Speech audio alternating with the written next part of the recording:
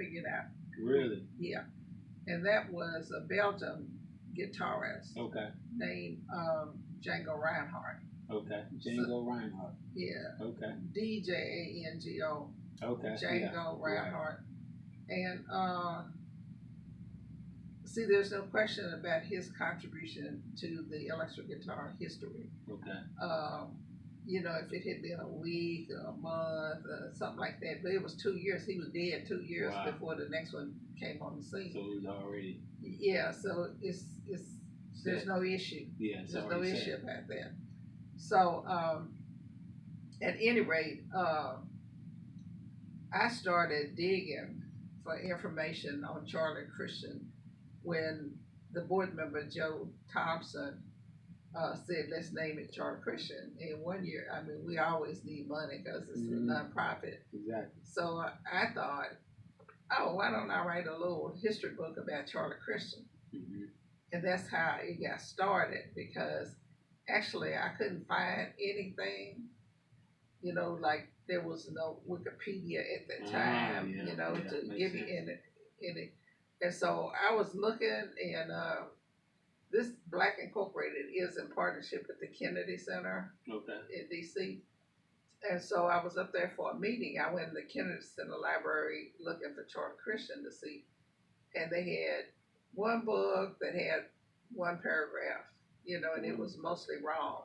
Okay. And I thought, oh, this is terrible. Right. So I went over to the Smithsonian Institute, and they had a book, one book, that had maybe not even a page, but maybe 2 or 3 paragraphs. And it was mostly wrong. And I thought, oh, this is terrible. You know, let me just think about this. And so I had already started with the idea of writing a little cultural history book. That's what I called it. I was going to kind of put it in context, you know, of the news and who were some of the other people at that time. And so at first it started out real hard because I only had those couple of paragraphs and they weren't right. So Charlie's Jazz Rhythm and Blues store used to be over here on Classic. Oh, okay. But I went over, well, Charlie's deceased now, but I went over and I asked him if he had any Charlie Christian albums, you know, because he was selling old music. So anyway, he said yes. And I was surprised. So he went to the back and he pulled out 2 or 3 of these albums. And that really got me started because these were original albums that they recorded, you know, back then. And I was amazed because the jackets on the cover basically told you a lot about his talent. And I thought, oh, gee, well, you know, let me see if I can find out more. Well, since he grew up around here in Oklahoma City, and there were some older people who are now deceased, and I knew them, I started asking them, did they remember Charlie Christian? And one of them was a church member, and he had been a musician himself. And in fact, he's on, well, I've got some pictures in the other room. But anyway, he knew who Charlie Christian was, and he had seen and heard Charlie Christian play. That's great. And so it was just kind of exciting, you know, talking to these people. So one interview led to another and another. And that's how I started getting the information. So one of the reporters around here with a magazine called The Downtowner, she used to love the festival when it was like this. And she called to find out what was new for the festival. Well, at that time, it was mostly local artists that, you know, we were saying, well, let's do this festival. And they were all in for it. And, you know, we built the stage. We had the stage built. We built these little booths that looked like outhouses, you know, that were vendor booths. And so we were thinking maybe, you know, a couple of hundred people would show up. And people just flocked down there. You know, I mean, it was, I know it was over 1,000 people the first time we ever even pass the idea around the community. Now, what year was this? This was back, like in about 1991, 91. 92, Okay. somewhere in there. So that was like the first year of the festival. Yes. 91, 92. Yes, somewhere in there. I've Okay. got it cataloged Okay. in the book. And so, anyway, this particular year, Libby Price called me up and said, "What's new for the festival?" So I said, "Oh, I'm writing this little history book. It's going to be a fun cultural history book." She said, "Oh, that's exciting. That's exciting. What's the name of it?" I didn't have a name, see. So when she asked me, "Well, what's the name of it?" I said, "Charlie and the Deuce." She said, "Oh, that sounds so good." And away she went, and she put it all over the paper. Yes, excuse me. And people started calling and wanting to know when was the festival going to be because they wanted that book. Well, it was just a fundraising idea. Yeah. That's what I thought. People love that book. And so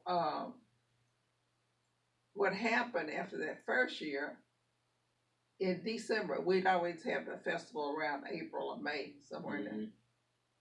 People start calling. "We know you have some more information. So when you coming out with the other books?" And I thought, "Oh, gee, what have I done?" So I decided I'll write 2 books. And so Libby called again that next year and said, "Well, Anita, what's going on with the festival this year?" I said, "Oh, I got 2 books this year." And she wanted to know, well, what are the names? Well, by then, I had thought about it, so I had the names. I said, "Oh, one's going to be called Legendary Times and Tales on 2nd Street. And the other one is called the Charter Christian Photo Collection." And she said, "Oh, that sounds good. That sounds good." Well, see, people wanted to see their name in print too, because a lot of them I had interviewed and they couldn't wait to get down there. I mean, they came down there on 2nd Street. Where are those books? Where are those books? So that's kind of how I got started, writing books, and I had the 3 books. And I mean, it was very rudimentary, and we didn't have any money either. But I had decided, well, how am I going to afford to get this book out? I said, wonder if anybody's ever written books and they sold ads, in books. So I went to Ralph Ellison Library, and sure enough, they had 2 or 3 books that people had sold ads. Right. And the ads were in the back. I said, "Oh, that's it. I'm going to sell ads. I want to sell patrons listing." So those first 3 books were basically financed for the most part by me selling the ads, and then I charged people $10, for their name being listed as a patron of the history. Right. And so that went over pretty good. That's pretty smart. Yeah. So then I kind of got on the map because, see, at that time, people who lived in Oklahoma but had moved, say, to California, someplace else, they made it a point to come back for the festival every year. I don't care where they were. They would come back to the festival, and they loved standing down there on 2nd Street and remember when like that. So it was pretty exciting. And then other folk noticed it was exciting too, and they wanted to talk to us about moving it to Bricktown. That was before Bricktown even started. I mean, the only thing down there was a bunch of empty warehouses, and I said, "Oh no, these people kill me if I move it down there." Right. And so they would always start the rumor, particularly if they saw some ads, on our flyers or posters. They would say, "Well, we heard Gaylord was taking over the." They didn't hear anything. They just made that up. And they said, "Are you all moving the festival to Bricktown?" I said, "No." So I didn't for a long, long time. And then the guy, Craig Brown, started buying up. It was just vacant buildings and vacant lots. And we had gone down there and cleaned it up, We went down there and, with brush hogs and cut the weeds down. And we cleaned it up. Cleaned it up, make it look nice. Yeah. So at any rate, then people start really noticing the festival. And one thing led to another, and, we headed down there on 2nd Street, and everybody was happy as they could be until Progress happened. And that's when Craig Brown said, Anita, your dream is not my dream. And he said, my dream is to have condos and apartments down here. And because he had bought it.